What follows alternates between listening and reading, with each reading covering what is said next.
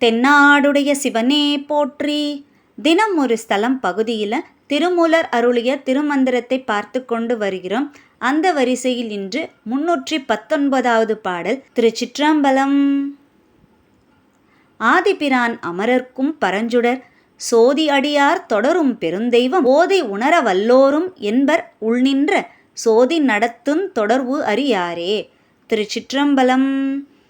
இப்பாடலின் பொருள்: பிறப்பு இறப்பு இல்லாத தேவர்களுக்கு இறைவனாகவும் அண்டங்கள் முழுவதும் பரவி ஜோதியாக ஆதியிலிருந்தே இருக்கும் இறைவனை உணர்ந்த அடியவர்கள் அவன் கூறிய வழியிலேயே தொடர்ந்து சென்று இறுதியில் அடையும் பெரும் தெய்வமாக இருக்கும் இறைவனை உலக கல்வியை படித்து உணர்ந்துவிட முடியும் என்று கூறுபவர்கள் தமக்குள் ஜோதி வடிவாக நின்று கொண்டு தம்மை வழிநடத்துபவனும் உயிரை உடலோடு தொடர்ந்து வைத்திருப்பவனும் அவனே என்னும் உண்மை அறியாதவர்கள் ஆவார்கள் என்று திருமூலர் இப்பாடலில் குறிப்பிடுகிறார். இந்த பதிவு உங்களுக்கு பயனுள்ளதா இருக்கும் அப்படின்னு நம்புறோம். இது போல பதிவுகள் இன்னும் வேணும் அப்படின்னு நீங்க நினைச்சீங்கன்னா அதை கமெண்ட்ல சொல்லுங்க.